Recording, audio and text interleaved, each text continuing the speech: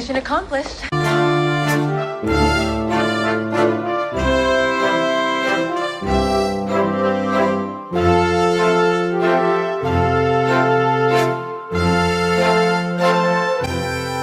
Seat as though I was like,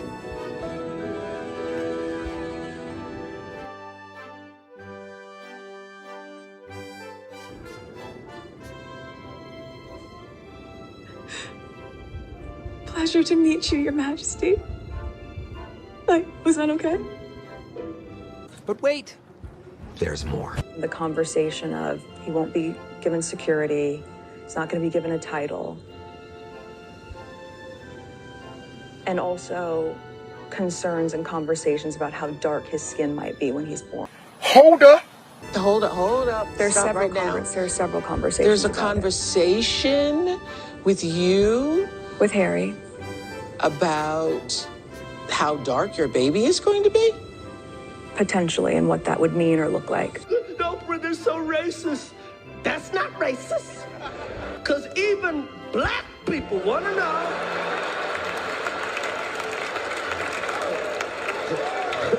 How brown the baby gonna be? That conversation I'm never going to share. Ooh, this is uncomfortable. We'll talk when we get home.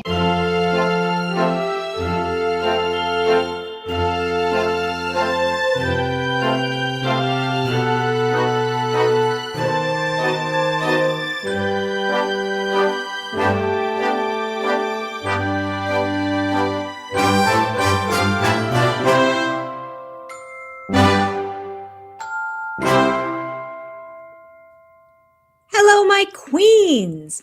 Why does it always go to the square? Let's see. I don't understand. Nope, we don't want that. That's worse. How about this? There we go.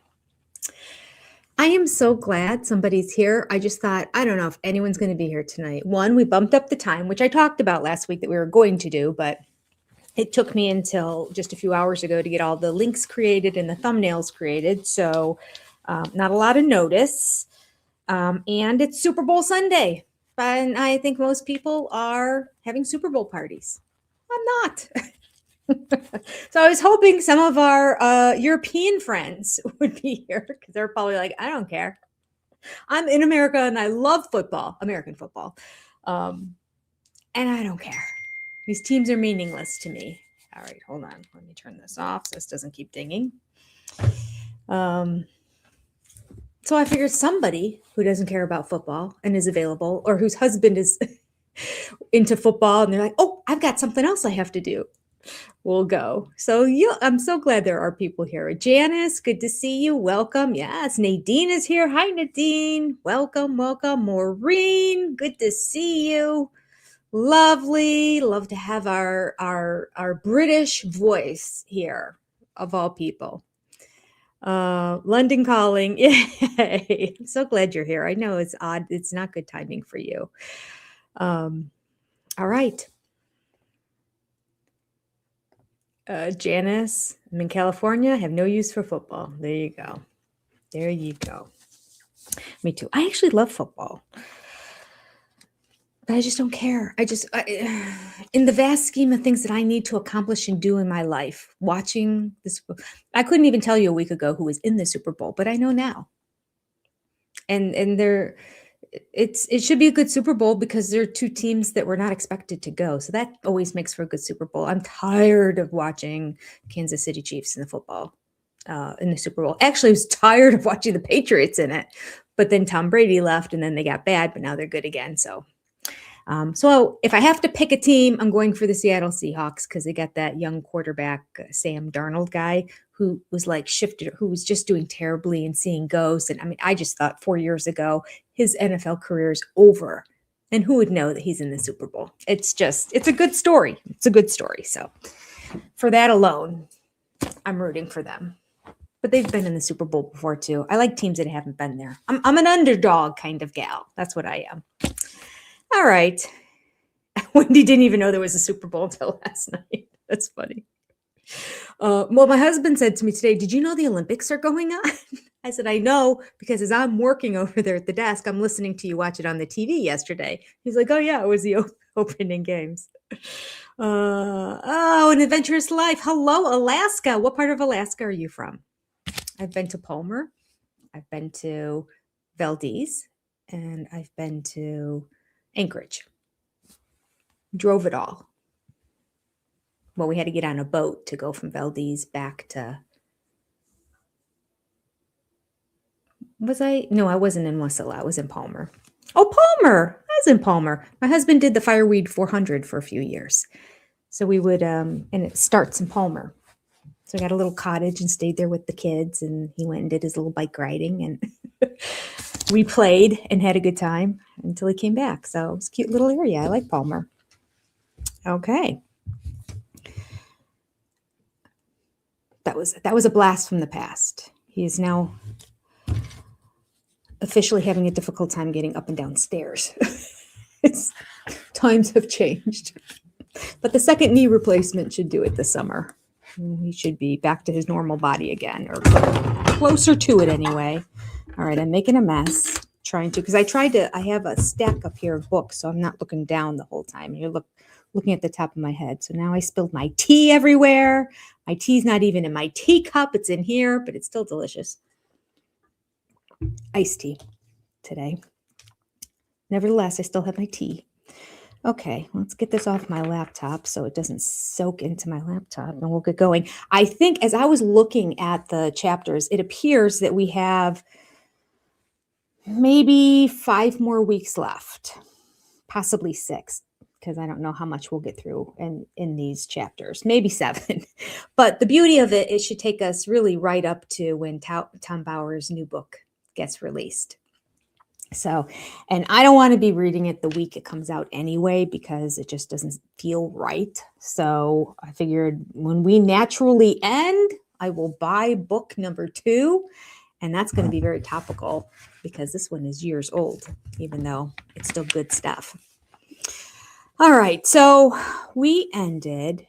Oh, wait a second. Oh, yeah. This is.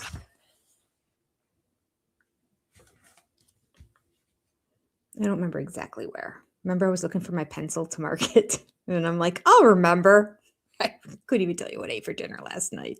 I'll remember where we ended a week ago. Doesn't matter if we review a little bit. It's okay. I do think, yeah, there's a decent amount to finish in this chapter. So we'll probably just finish this. I thought we were going to the next chapter because it said we read 2 chapters last time. 30. I said we were going to do 38 today, right? We already started 38. We're into 38. I think. Yeah. Because it's called The Interview, and we started talking about that interview already. All right. So I'll go back to about here and start reading. And see where we picked off. Okay. Damning the Queen and the royal family as racist for not making Archie a prince was breathtaking.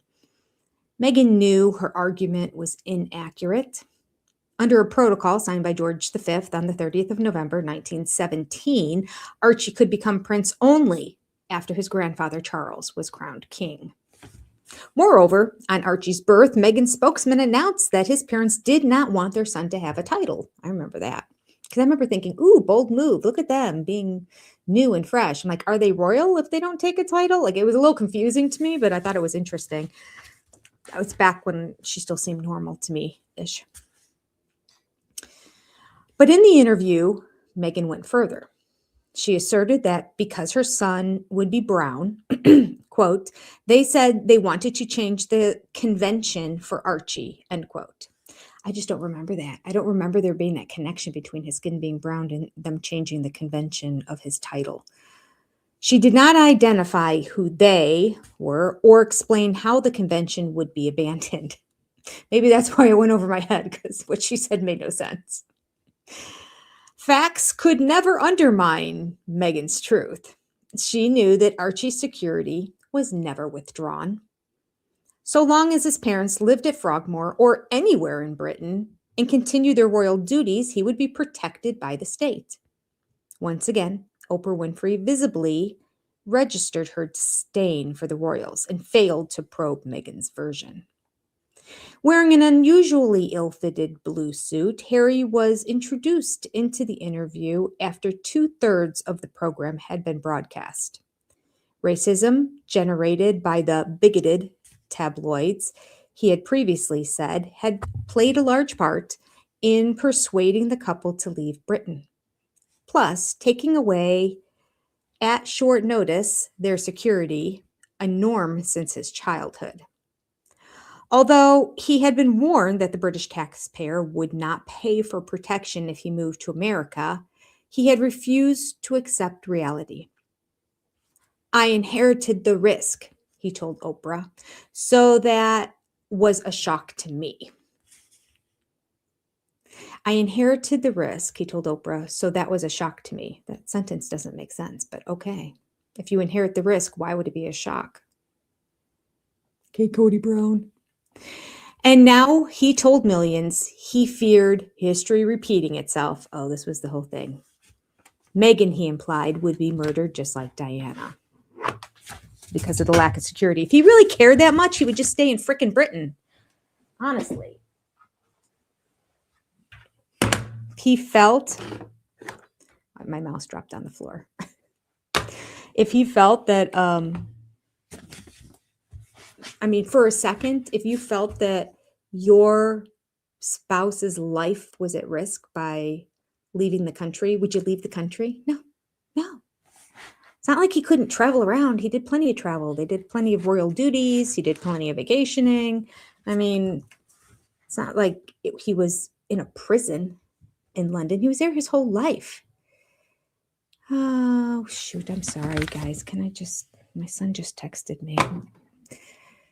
I cleaned out. I got this special, if anyone has a front loading washer that has the mold that collects on it, the mold that won't go away mold, no matter what you use or bleach or anything, I found something that works to get it off. And I put it on there and it said, let it sit for 5 to 8 hours. And I let it sit for 24 because I forgot about it. So then I was scrubbing it off and he was going to do laundry. I'm like, don't do laundry. Let me run a load of just water first to get the stuff cleaned out. Now he wants to do laundry. Do I have my phone here? I'm just going to do talk to text so I can do this quick. Hey. Oh, good. It's working. I'll wash your clothes for you tomorrow if you want, period. Unless you need something for tomorrow, period. Because I would feel more comfortable doing one more wash cycle with soap because I only did water on the first one. That way I can double check because I really think it may bleach clothes if there's any of that stuff left, any residue. Okay. There's behind the scenes of Jenny's life. Okay. So this whole cry me river, I'm a victim from Harry, I'm just not buying. It's just not true. Well, in his mind, I think it might be. I think he's just that delusional. Can I also say, just one other thing I was actually thinking about this week because something popped up on a thumbnail. The notion that they continue to use their HRH titles, well, especially Meghan, she was royal for a hot minute, let's face it. The minute you leave the country where there is royalty, live a life as a countryman in another country, and I do believe that Meghan probably has residency in the United States, not in London. That'd be my guess. I don't know if she got around to doing it or not when she became royal, or maybe she has dual citizenship. I don't know if anyone knows that. But I know at least one of her kids is American because she was born here. And Harry's been here and he hasn't done any royal duties or anything. I don't understand how they feel like they should keep their titles, which part of the titles include doing the royal duties that are included in the office and representing the crown. They're not representing the crown, or they're not doing a good job of representing. They don't want them to represent the crown right now because they're kind of a hot mess over here in America. Welcome to America, where everyone becomes a hot mess. Right, Kathy. Hi, Kathy, by the way. Look at all the people joining in. The Queen said, you're either you're in or you're out, no part-time. End of story. And so you should not have your title then anymore, because the title is part of the job. I mean, it's not like they earned it. It's not like Meghan, she married somebody and then a year and a half later picked up and took him out and took him to another thing. That's not equivalent to like 8 years of college to become a doctor, where you say, well, even your doctor's certificate can get stripped from you. Not from moving to another state, but like you can't practice in certain states without getting a license in that state then. Like, I mean, even just simple jobs have titles and requirements that there are rules you must follow. It just blows my mind that they're so entitled that they're like, no, we're going to come here. We're going to bitch and moan the entire time about the fact you're not giving us all this money still and not paying for security. Everybody who lives over there in London. And at one point, I thought they said something to the effect of they just assumed the American government would provide them with security. We don't provide for anybody except for the presidents and vice presidents. Oh my goodness, I had a conversation about that, ironically, today with my sister and my mom. Anyway, not about royal family, but just about the security and how they get security for the rest of their lives, because that's the title that they chose to take. That's it. No, I think congressmen, while they're active, congressmen get security. That's it. And what did you do? What did you do, Harry, besides kind of become a disgrace for your family?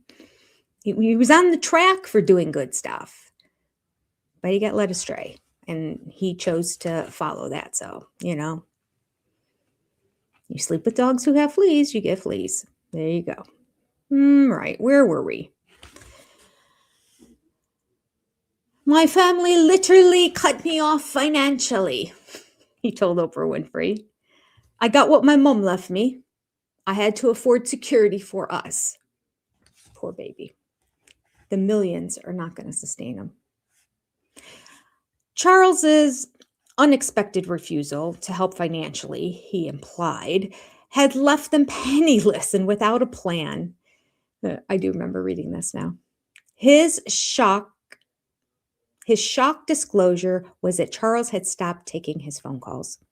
Negotiating the contracts with Netflix, Spotify, Disney, and others, Harry claimed, all started out of financial necessity, only after they arrived in California. Lies. No, that was all discussed before they left. Does he not know what his wife's doing behind his back? In fact, Prince Charles's audited accounts showed that Harry had received over £1 million after leaving Britain. It's really sad that it's gotten to this point, said Harry, as the program drew towards an end. But I've got to do something for my own mental health, my wife's, and for Archie's as well. Because I could see where this was headed. It's a happy ending, said Meghan, her closing thoughts drafted by a scriptwriter. Greater than every fairy tale you've ever read. Delusional. For 3 days, the Sussexes' accusations ranked amongst the world's most discussed topic. A majority of Americans and most non-white Britons believed Meghan. The royal family was racist. The majority of Britons were also left with the impression that the interview was a preliminary. The Sussexes threatened more, if necessary. The immediate reaction was predictable. Buckingham Palace was momentarily paralyzed. The British media was hostile, and the American media voiced euphoric support. Across the Commonwealth, many were persuaded by Meghan and Harry that the whole royal family was racist. The irretrievable consequences were truly bad. In the opinion polls, Britain was divided by age. 83% of the over 65s were negative about the couple, while 95% of the 18 to 24 category were positive about them. The young and ethnic minorities were gleeful that Meghan had represented their thoughts. Overall, both drew negative ratings. 48% negative for Harry, 56% negative for Meghan. That's interesting. After that interview at the end, it came out that it was negative. You know, I came away with that impression. There's part of me that thought, wow, if there really is racism in there, it's getting blown up now. Like it was just sort of one of those bum, bum, bum, but I really wasn't following it enough to like know or care or even think about, is that true? I just thought, yeah, I guess I took her at face value. That's amazing. But she just came off so unlikable. I felt like Harry came across a little bit more likable than her. I don't know. They both seemed aloof in that interview to me. Like I'm like, I still don't know who they are. It felt like they were performing and reciting lines. And they weren't real. Okay. Support for Meghan and Harry was eloquently argued by a mixed race American history professor, Christy Picciaro. Meghan's prejudiced abusers in the palace, she wrote, were questioning the truth of her recollections by discriminatorily gaslighting to psychologically manipulate and undermine her self-confidence. Oh, blah, blah, blah, blah, blah, blah, blah. Oh my God, the colleges in America are teaching our kids to have all this. No wonder Meghan talks the way she does. Bunch of mishmash. In brief, I think all of that, all those like 9 words that all have 15 letters or more in them, which each individually all make sense, but put them all together to just make yourself sound intelligent really bothers me. That's one of my pet peeves. They could have just said, they're racist. All right. In brief, because the palace failed to apologize for its list of sins, Picciaro judged the palace to be guilty of racism and other forms of bigotry. See, I told you. That's all I had to say. All right. Who is this person here? Janina Gavnikar, an actress and Meghan's friend for 17 years. Oh, shit, friend for 17 years. Revealed that post-interview, Meghan feels free, despite her devotion to the royal family and sacrificing her identity. They just didn't want to listen. Meghan's most important supporters were the Democrat Party's aristocrats. President Joe Biden's press secretary praised Meghan's courage, portraying the royal family as backward racists. Michelle Obama sympathized with Meghan as a victim of racism. Quote, race is not a new construct in this world for people of color, so it wasn't a complete surprise to hear her feelings and to have them articulated, end quote. Yet noticeably, after reflecting on Meghan's accusations, the Sussexes were not among the 400 guests invited to Barack Obama's 60th birthday party in Martha's Vineyard. 400, okay. Hillary Clinton, quite familiar with serious scandal in her own family, observed that it was heartbreaking to see the two of them sitting there having to describe how difficult it was to be accepted, to be integrated. Wait a minute, what does she mean? The two of them having to sit there. They didn't have to sit there. They got millions of dollars to sit there. They didn't have to. They did not have to. Not just into the royal family, as they described, but more painfully into the larger society whose narrative is driven by tabloids that are living in the past. End quote. Certain that Meghan was treated with cruelty by the tabloids and suppressed by the palace, Clinton said, well, this young woman was not going to keep her head down. You know. This is 2021, and she wanted to live her life. She wanted to be fully engaged, and she had every right to hope for that. End quote. Gibbly gosh, everybody's speaking with just words that mean nothing. Ugh. No supporter was more eloquent. No, nobody's eloquent. Sorry, moving on. No supporter was more eloquent than Amanda Gorman, the young Black American poet globally famous for reading The Hill We Climb at Joe Biden's inauguration, a poem depicting a message of hope about America's racism. Meghan, she tweeted on the 6th of March, was the Crown's greatest opportunity for change. I'm not going to argue with that. She ruined it. I was excited about the whole concept that we had a mixed race person in the Crown. But, sorry. I'm going to try to put this down here now. She screwed it up. Okay. So she was the greatest chance for change, regeneration, and reconciliation in a new era. See, we could have just ended where I ended it with change. Yabba, yabba, yabba, do. I'm tired of all these words. They didn't just maltreat her, they missed out on it. I wonder what that means. Later in the day, Gorman told her followers, Meghan is living the life Diana should have had if only those around her had been as brave as she was. Meghan isn't living a life without pain, but life without a prison. End quote. Okay. It's a prison. They're so out of touch. It's just everybody in this book, probably the whole Crown. I don't know. Really out of touch. Meghan's supporters ignored, along with everybody in leadership in our entire country too, especially the ones that were just born and raised in it. Just decided to become career politicians, the worst. Meghan's supporters ignored the reports from London listing 17 inaccuracies and contradictions in Meghan's answers to Oprah Winfrey. None questioned Meghan's failure before the marriage to consider whether she could adapt to fit in with the royal family's culture. Among many Americans, Meghan's strength would define the struggle against the royal family. A victim was always beyond reproach.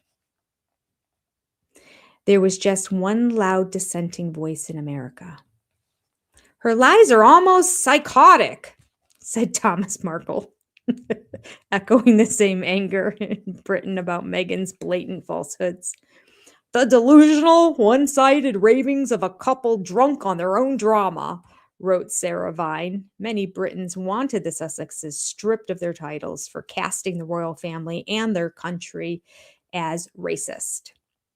And aside, they called them all racists. They said they're not safe to even step foot over there.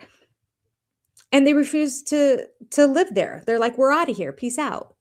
But we still want to be called Her Royal Highness. Well, they got HRH stripped, didn't they? HRH got stripped. It's the Duchess. The Duchess and Duchesses. Duchess. She's a Duchess, and so he's a Dutch. Why does that not sound right? Why is that not sounding right to me, people?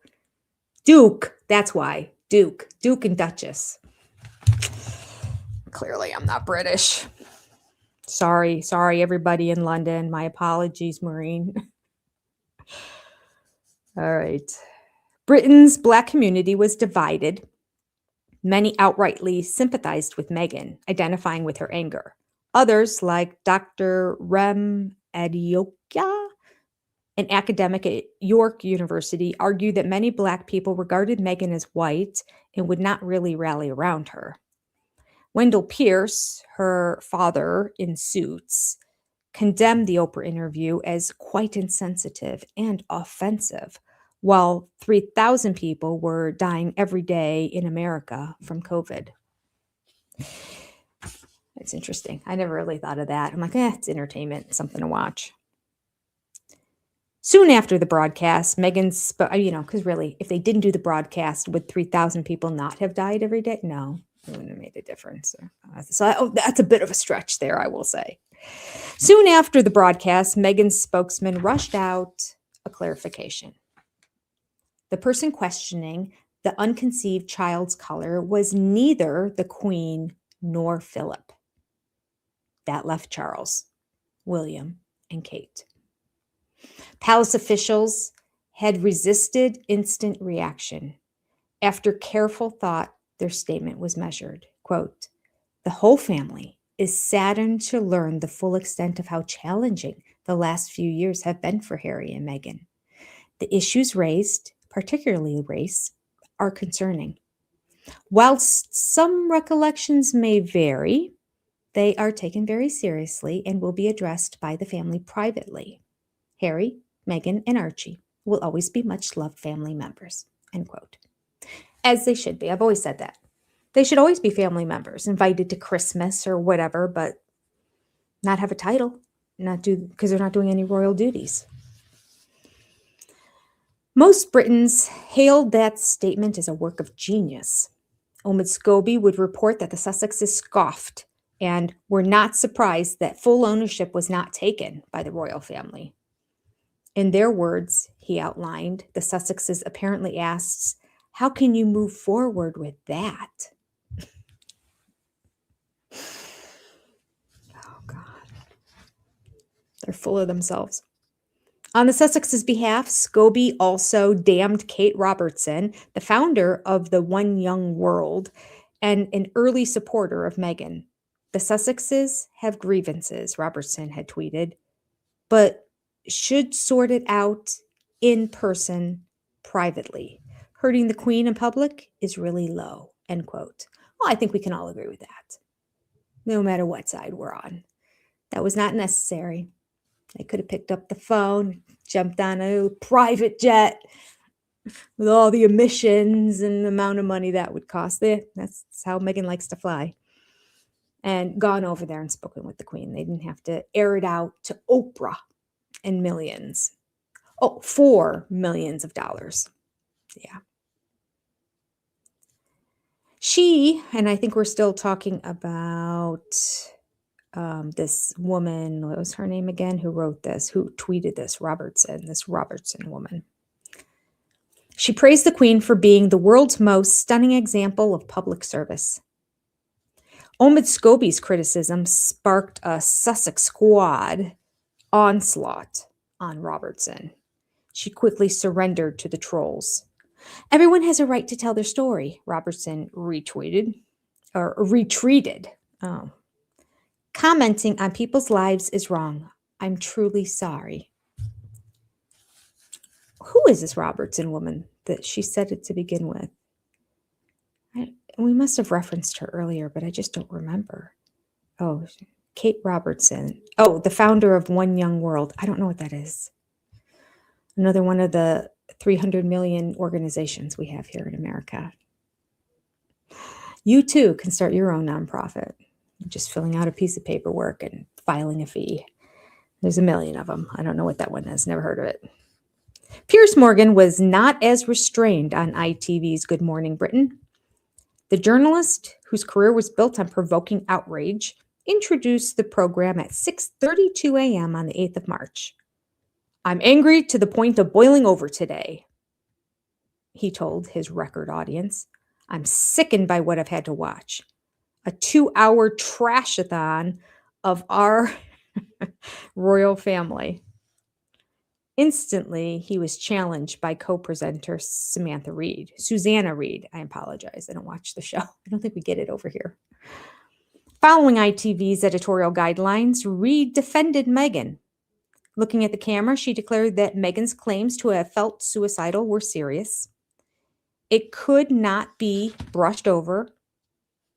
She should be believed. Morgan interrupted. "Meghan," he demanded, "should give the details and names of those who shunned her. I don't believe a word she says," he said. "I wouldn't believe it if she read the weather report."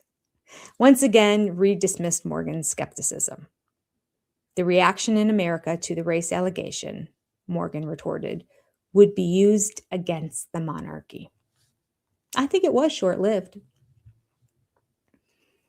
At that watershed moment, GMB's audience was as divided as the program's presenters. Some cast Meghan as the villain who lied about the royal family and race. Others believed her accusations. No fewer than 41,500 complaints about Morgan would be registered by the TV regulator Ofcom.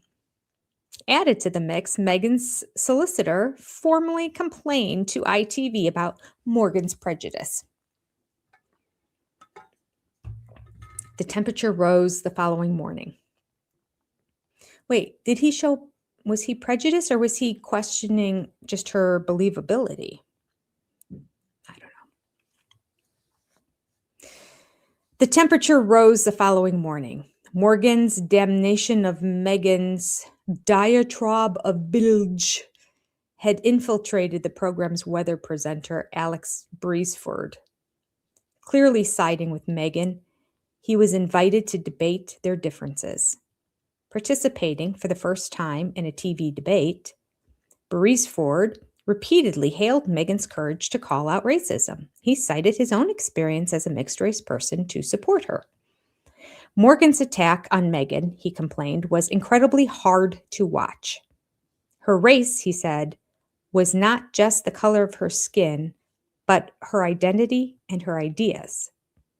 Morgan, he believed, did not understand the racism experienced by non-whites. As a mixed-race woman, he continued, she automatically ranked among the oppressed, and as a white man, Piers Morgan was unquestionably an oppressor. Okay. If Meghan is telling you that she suffered racism in the palace, Breesford said, then she did. Anyone who suggests otherwise is not Black. Interesting. Wow. So you must believe her, no matter what she says, or you're a racist. If you don't believe Meghan Markle and something that comes out of her mouth, that's an interesting take. Even to expect Meghan to prove her allegations was deemed to be racist. Can't even ask for proof. Okay. As a person of mixed race, he said, she was entitled to tell her own truth. That's true. She can. That doesn't mean she has to be believed. Doesn't mean you're a racist if you don't believe her. She's entitled to say whatever she wants. Even if any inaccuracy defamed members of the royal family. Breesford denied that the actual facts were different from Meghan's personal experience or perception. Breesford's outburst was a complaint against Morgan's performance. Meghan Markle, Breesford told Morgan, is entitled to cut you off if she wants to. Yet you continue to trash her. Breesford expected Morgan to stay quiet if Markle decided to ghost him. I'm done with this, said Morgan, and walked off the set. Oh, geez. Sorry, he snapped. Seconds after his dramatic exit, Breesford expressed his fury that Morgan had criticized Meghan's truth. There was an irony in Morgan's exit. For months, the acerbic journalist had been mercilessly doing something with government ministers about COVID, or disagreeing. Big British word, don't know it. With ministers about COVID. Repeatedly, he humiliated politicians about their supposed errors. But when confronted with the same tactics, he fled. In the furor,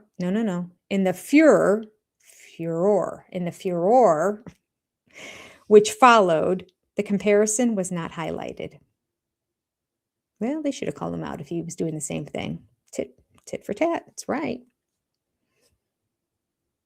In normal times, fiery TV confrontations merit a passing mention or a frisson of excitement. But Morgan's clash with Breesford mirrored not only the sharp racial divisions in Britain and America, but also the irreversible damage the Sussexes had inflicted on the monarchy.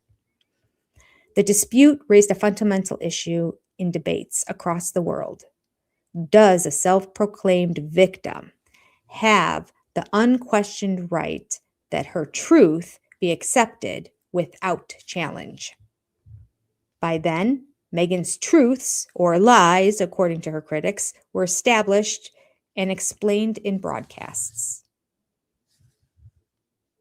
Carolyn McCall, ITV's chief executive, disputed Morgan's right to disagree with Meghan. She was particularly critical of Morgan for doubting Meghan's claim to have been suicidal. Morgan, there's some inconsistencies there. You gotta admit. She claims to have said that to her husband. He never went and got any help at all. She implied that they didn't provide her with any, but her husband didn't seek out any. It's just off. Something's off. I don't know. I know he's kind of dull and not the brightest, but to not go seek help for your wife, if indeed she's suicidal, just seems, I don't know, this is just fishy. Something's fishy in the story. Not to mention how happy she looked that evening at that thing. Like, we've been through that before. We've already talked about that. Anybody who's experienced a level of depression, you know how extremely hard it is to even try to force a smile on your face when you're in the middle of it. And if she was at the point of being almost suicidal, it's just hard. It's just hard. Although I don't think in this interview she mentioned depression. She did it another time. So, okay. Morgan declared the Guardian's former chief executive was not allowed to question Markle's truth. Having received a protest from Meghan as a woman and a mother, McCall demanded that Morgan apologize on air. Under her edict, Morgan was not allowed to doubt Meghan's suicidal thoughts. Morgan refused to do a groveling apology. In Morgan's opinion, self-diagnosis of a mental health problem has become a celebrity's excuse after being caught out. Even Prince Andrew had mentioned his mental health issues as a protective shield from recrimination for his wrongful conduct. McCall, however, was unwilling to enter that debate. Bowing to Meghan, she immediately terminated Morgan's appearance on GMB. I thus became the latest victim of the cancel culture, boasted Morgan, enjoying the glory on the front page headlines about himself. If I have to fall on my sword for expressing an honest opinion about Meghan Markle and that diatribe of bilge that came out with that interview, so be it. Puffed the martyr outside of his house.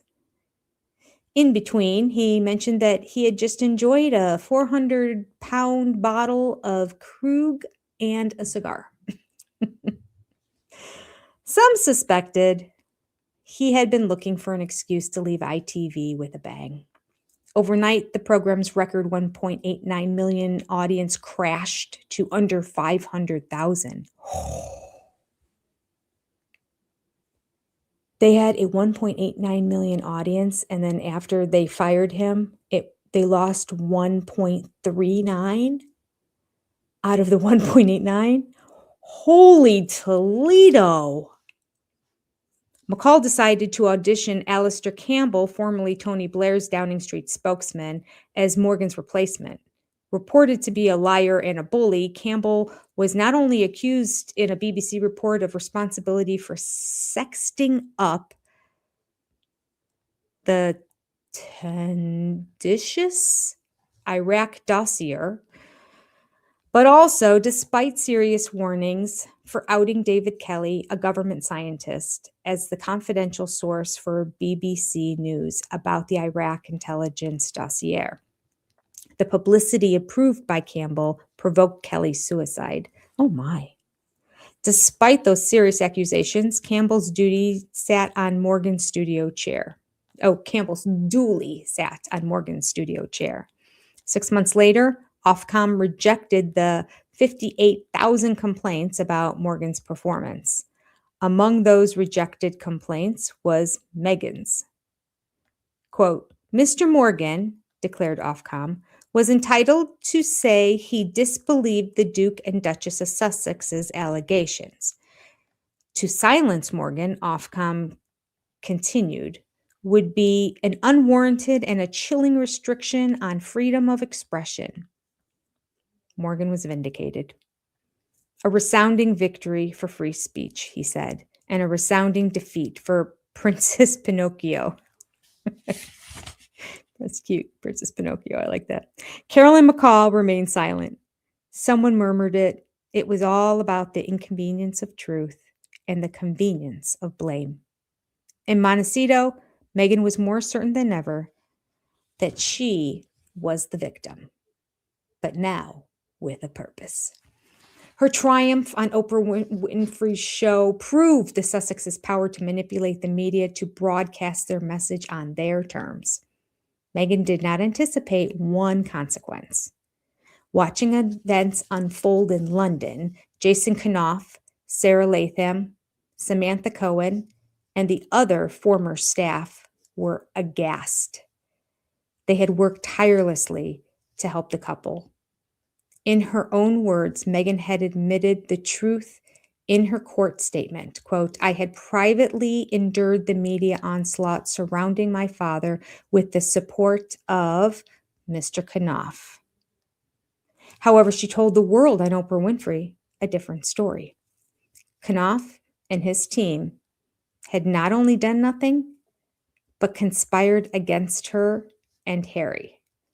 In California, she mistakenly sensed that she was secure from exposure. And next week's chapter starts with backlash. Bum, bum, bum. So it seems like the royal family or people serving the royal family are going to fight back. Good stuff. Good stuff. All right. I'm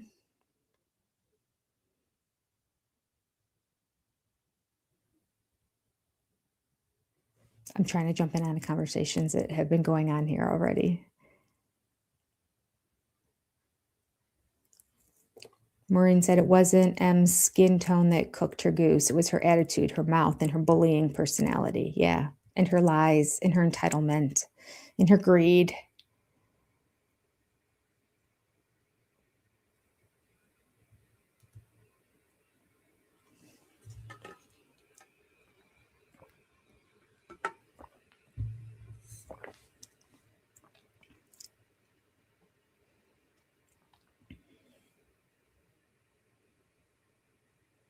Ashley said, I remember them talking out Catherine's skin tone, the media did, talking about how she had creamy English skin. Oh, did they?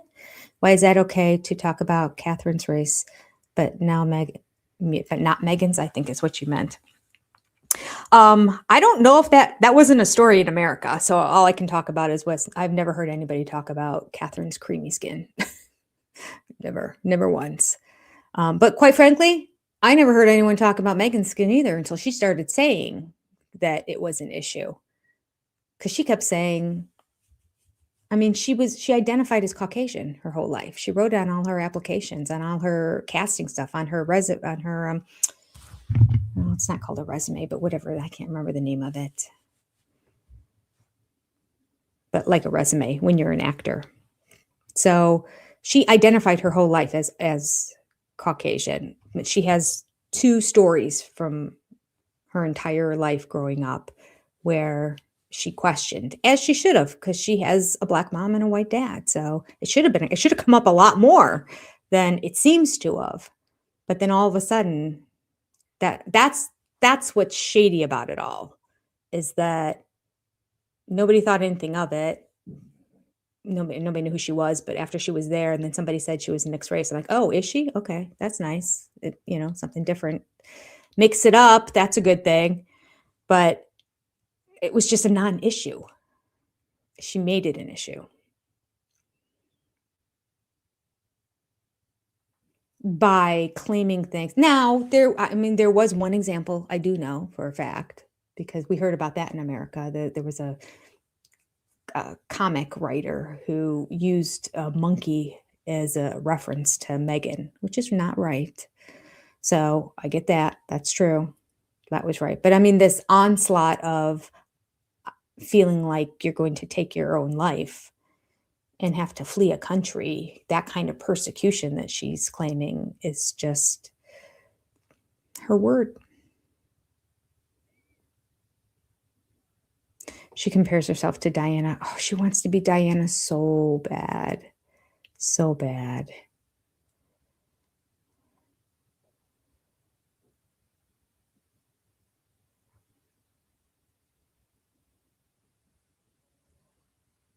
Your kids are Cuban and Southern? I bet they're beautiful. we're so European, my family. Well, that's not true. My husband has got a little bit of Native American in him. So one of my 3 kids got his a little bit more olive tone skin, a little bit, not like really cool, like Hispanic in that, not like where you look like you have a tan 24/7. But he just tans really easily. And so one of my 3 kids, one of my daughters has that same like instantly. And then my other 2 kids are white like me and we just burn and I had skin cancer. Yeah, that's my story. You always want what you don't have, right?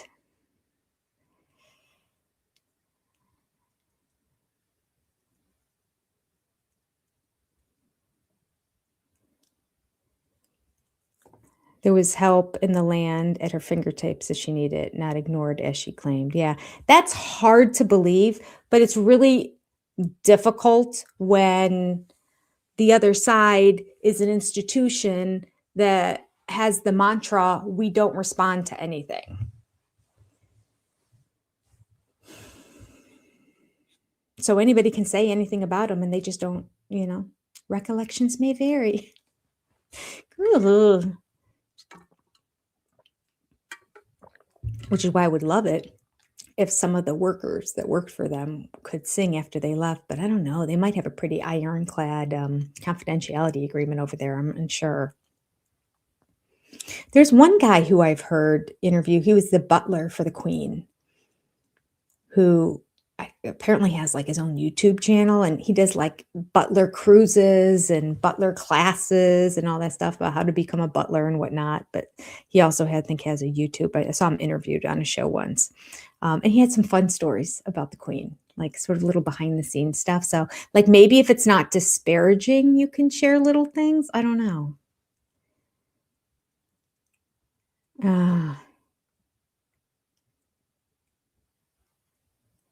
Maureen said they agreed not to use the titles. No apologies necessary.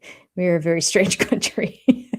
Oh, yeah. Oh, because I couldn't remember Duke. I'm like Duke and Duchess. Duchess and Dutch and Duchess. Why does that not sound right? Because I would never call him a Duke or her a Duchess. It would be so weird. It would be so weird. It's equivalent to me growing up. My best friend in elementary school, her father was a doctor. And it was just a different world for me because we didn't have a whole lot of money. The only reason we happened to go to the same school is I wasn't going to a public school at the time. I was going to a small Lutheran school. And so she was there too. So it was from all different cities, all different kids, all different social and economic levels and everything. So she was my best friend. And when we were in like 6th grade or something like that, in 5th grade maybe, I went over to her house and we had a sleepover. And I often didn't see her dad. Her dad was an OBGYN. So he had weird hours. He'd be there at the hospital through the night and whatnot. So there were times, it was a while before I even met him, really. So I went over there once and I had already done a couple sleepovers, but I was over there for a sleepover and he was there that time. It wasn't working. And so I said, "Hi, Mr." and then used her last name. And then later on, she came up to me. She goes, "Don't call him Mr. something." And I'm like, "Well, I'm not going to call him by his first name because my parents would never let me." And she's like, "No, he's Dr. something or other." And I just remember busting out laughing. And I'm like, "He's not my doctor." What are you talking about? I'm like, the only people who I call doctor are my doctors. Like, he's your dad. He's like, so he's Mr. So-and-so. She's like, "Well, but nobody calls him that. Everyone calls him." And I'm like, okay. It just felt so weird. It was like one of those bizarro world moments to me. And it's partly because I wasn't maybe raised in that culture around it. This reminds me of that. If they were to come in and say, "You can call me Duchess," I would say, "Thank you, but I won't." You're M or Megan. Oh gosh. It's so funny. She still is introducing herself as Duchess. I will tell you, I will admit there is a small part of me that wants her title stripped just out of spite. You know what? It's that part of my heart I'm telling you I'm working on. It's not all pure, people. There's an evil side. And the evil side, just because she's using it so much, and blatantly using it in situations where she's not allowed to and she's agreed not to, I would just love the whole title to be stripped, because then it would just be national. It would be big news. It would be clear she cannot use this. And if she were to go to use it, it would be like, come on, girl. Ew, it would be a good deal. It would be good. Now, see, that'd be some good TV right there. I just like to put people who are not humble in their place. End of story. No matter what your title is, no matter what show you were on TV, whether you're a grave digger or you're the president of a country, if you're not a humble person and you're arrogant and you're entitled, you're not my people. And I want to see you get yours. Thank you very much, Patty. It's a CV, a CV. The resume for actors is called a CV. Yes. Appreciate you. Yes, I am hoping that William will do it. I'm praying that I feel like William will. I feel like William is going to get this monarchy back on track definitely after Andrew and Fergie. And that's just unfolding now. Who knows what else is going to come of that. But then also with this Harry stuff, I feel like he's going to focus everybody back on the institution of the church and the royal family and what it was, and get back to their roots. Although William's not a religious person, I think that's what kind of held it together in the past, that they represented the church too, the Protestant church, right? And so when you're off doing Andrew's stuff, like, what kind of representation? That's why you can't represent. So it's more than just not representing the family, the royal family. It's supposed to be, they're also supposed to be held up to like a little bit of a higher standard. That was my understanding of it anyway, from afar. So I feel like they're going to get back on track. Now, that being said, I feel like I've heard that Catherine has kind of gone back to church ever since her bout with cancer and that. And she's been finding a lot of solace in her faith and returning to that. But William doesn't. And that might not be true. I'm across an ocean. What do I know? But we'll see. All right. All right. Nadine feels sorry for the people of Sussex who have Harry and Meghan as their representatives. My goodness. All right. Well, thank you everybody who joined in here on this Super Bowl Sunday. Go whatever team you want to win.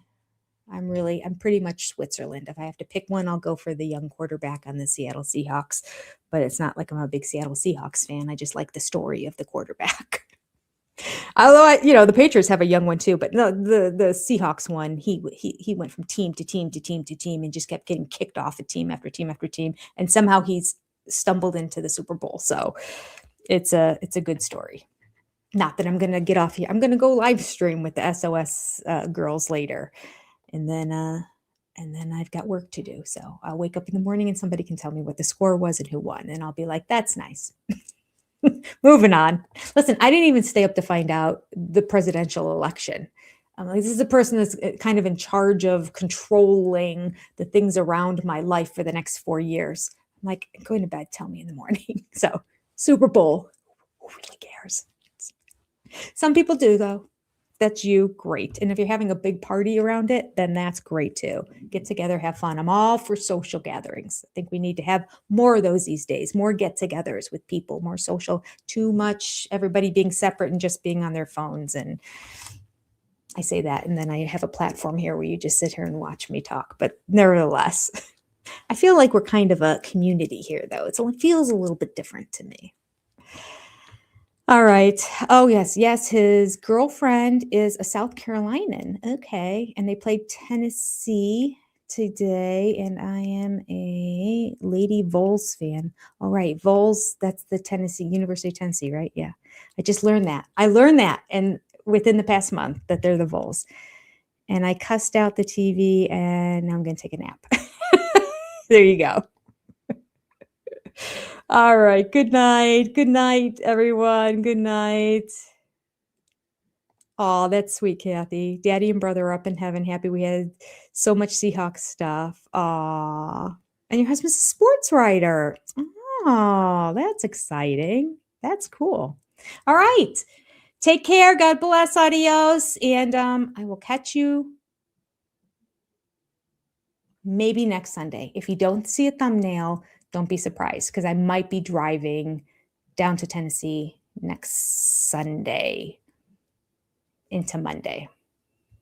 Yeah, which means we might not have our Monday live stream either. Gosh darn it. Okay, I'll figure it out. Take care, everyone.